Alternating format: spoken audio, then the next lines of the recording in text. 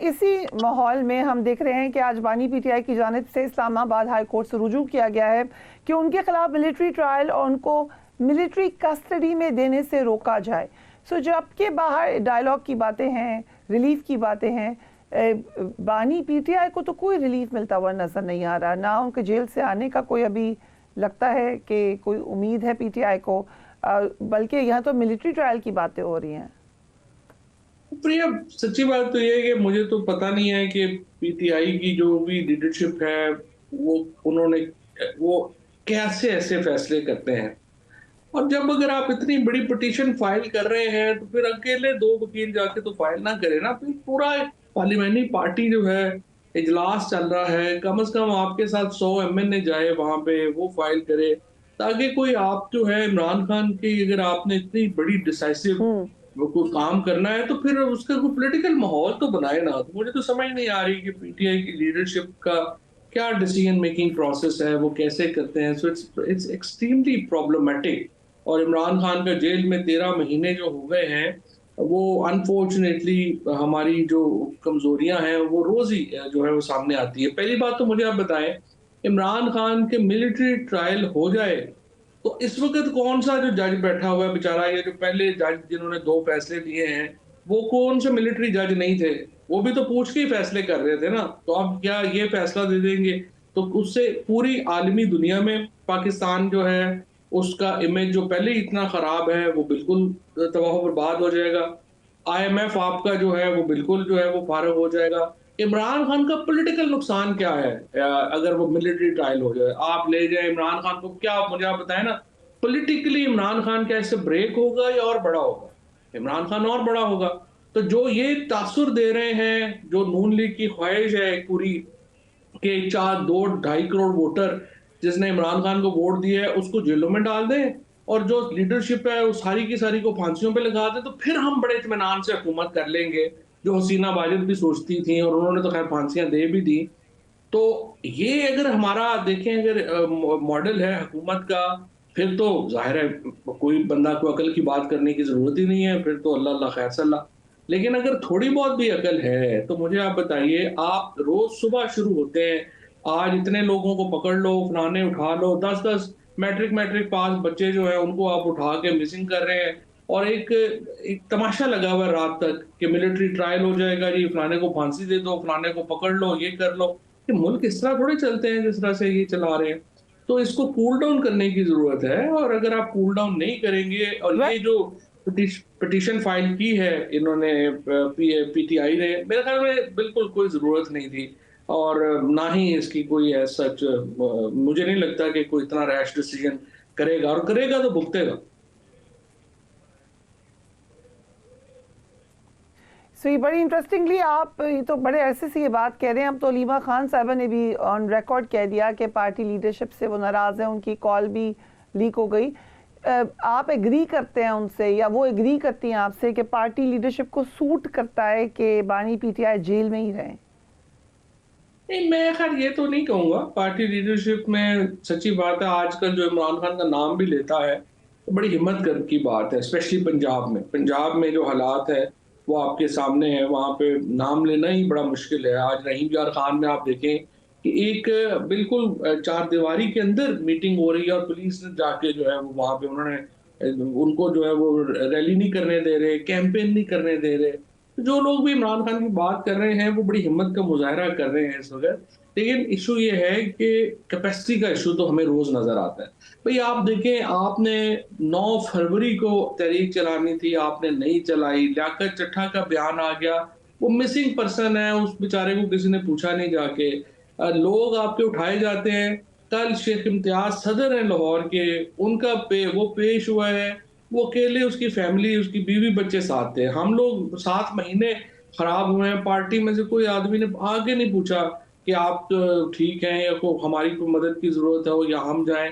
Parties में देखें ना, जब प्रॉब्लम क्या है, अगर आप एक बंदा उठा लें, मिसिंग पर्सन हो गया, उसको पता है कि सिवाय उसकी फैमिली के किसी ने साथ ही नहीं खड़ा होना, तो फिर तो जो उठाने वाले भी शेर हो जाते हैं ना। जब वो तो उस वक्त डरेंगे जब पता होगा कि यार ये शहद की मक्खियां हैं, अगर आप उठाएंगे तो सारे जो है वो आपके पीछे आएंगे और सारे आपके पीछे पड़ेंगे, तब किसी को खौफ होगा ना।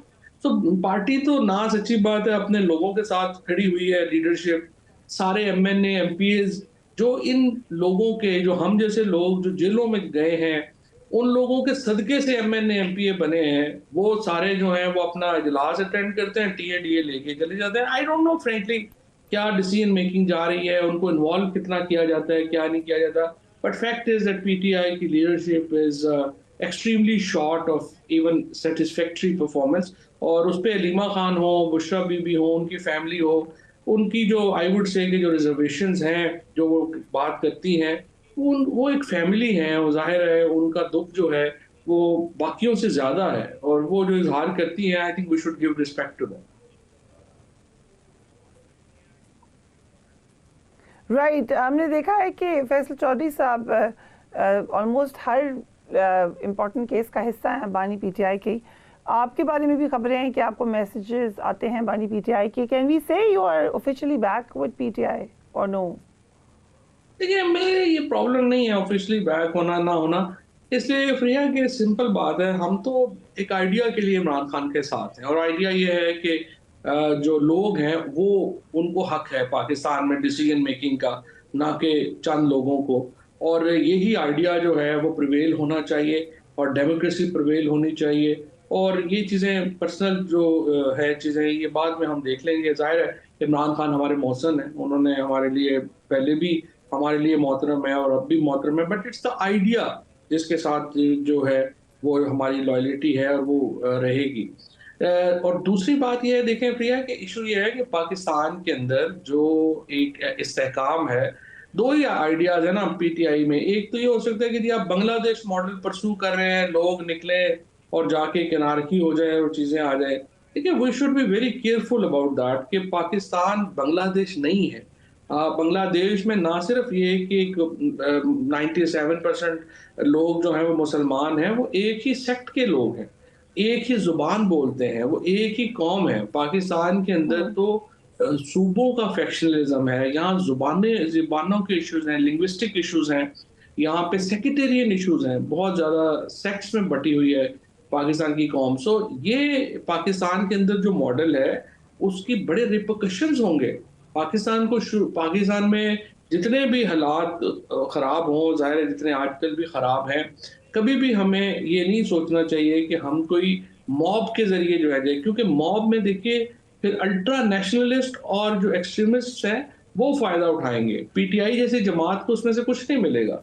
तो हमारी कोशिश यही होनी चाहिए कि मामला स्मूथली इलेक्शंस की तरफ जाए, और एस्टेब्लिशमेंट को भी उसको सोचना चाहिए कि ऐसी सूरत हाल में बहुत नुकसान होगा। अभी भी आप देखिए 2 सूबों में हमारी रिट कितनी रह गई है, इसको री एस्टेब्लिश करने की जरूरत है, और उसके लिए पीटीआई की जरूरत है, एक नेशनल लीडर की वेरी जरूरत है। Interesting, very interesting. आप ये कह रहे हैं कि डायलॉग होना चाहिए, जो कि आप मुसलसल कह रहे हैं, और आपको लग रहा है कि डायलॉग का नेचुरल कल्मिनेशन एक नया इलेक्शन होगा? इसके अलावा तो और कोई हल नहीं है ना, नया इलेक्शन होना है, लेकिन कूलिंग ऑफ पीरियड के लिए एक नेशनल गवर्नमेंट बन सकती है।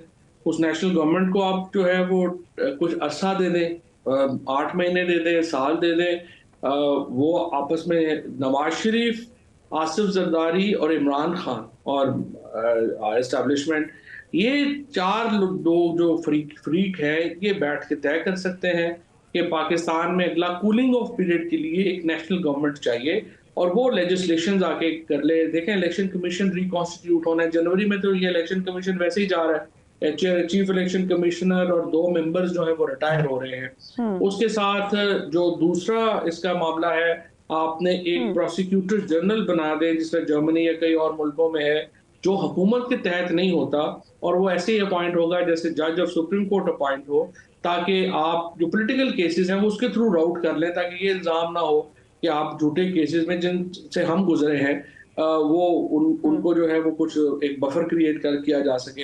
और इसी तरह से जुडिशियल इंडिपेंडेंस के ऊपर आप जो है वो मजीद लेजिस्लेशन कर सकें। और तीसरी चौथी इंपॉर्टेंट बात यह है कि ये तो नया तमाशा खुल गया है कि पार्लियामेंट में ना अदालतें कहती हैं कि जी हम अपने फंड्स का हिसाब नहीं देंगे, आज इलेक्शन कमीशन ने भी कह दिया है हम अपने फंड्स का हिसाब नहीं देंगे। And the whole democracy is actually revolves around this concept. There will be no taxation without representation, and accountability of money is the sole purpose for which parliament was formed. अगर किसी इदारे ने parliament को जवाबदेही नहीं होना अपने funding के लिए, तो फिर आप घर पे बैठ जाएं सारे, फिर क्या ऐसे पैसे खर्च करने की जरूरत है। बड़ी अहम बात की आपने।